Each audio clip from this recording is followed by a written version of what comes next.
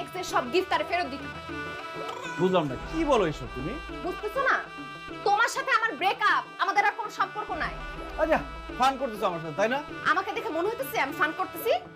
যে double timing করে ওই ছেলের সাথে আমি ফান কেন করব? কে ডাবল টাইমিং করে? তুমি অস্বীকার করতে পারবা?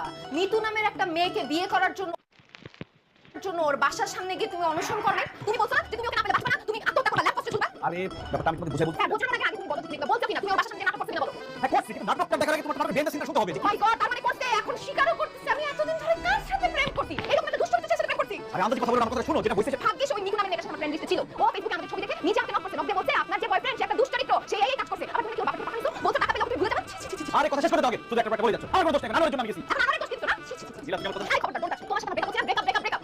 তোমার মুখ আমি দেখতে চাই। তুমি তোমার এই মুখ দেখাবা না, তুমি আমার এলাকার আশেপাশে আসবা না। কোনো যোগাযোগ করবা না তুমি। তোমার সাথে আমার ব্রেকআপ। আরে ব্রেকআপ মানে হয় যাবে নাকি? ব্রেকআপ এত সোজা? আমি তোর এলাকায় যাব না নাকি? এলাকায় তোমার ভালো নাকি? এলাকায় যাব না? এলাকায় আমি তোমার বাসার সামনে গিয়ে তোমার চারপাশে ঘুরে ঘুরে করব, কেউ আসসালামু আলাইকুম আঙ্কেল। ওয়ালাইকুম আসসালাম। আরে আলহামদুলিল্লাহ সালাম। আরে কি আশ্চর্য, আপনার কাকা কাকা চাচ্ছেন? আঙ্কেল ভিতরে আসেন, বসে কথা বলি। কাকে চাও? শুনো, কাকে চাচ্ছ? আজকে আঙ্কেল সম্পর্কে আমরা কার কথা গেছি? কেন এসেছি? ওরিলা আসো। আসসালামু আলাইকুম আন্টি, কেমন আছেন? ওরিলা দিছি সাথে সালাম করো। সালাম করবে না? কে তোমরা?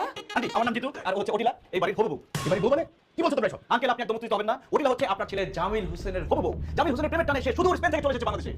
বাবা মা এই লোকের কথা তোমরা বিশ্বাস করো না। উনি একটা ভণ্ড ছোট লোক প্রতারক।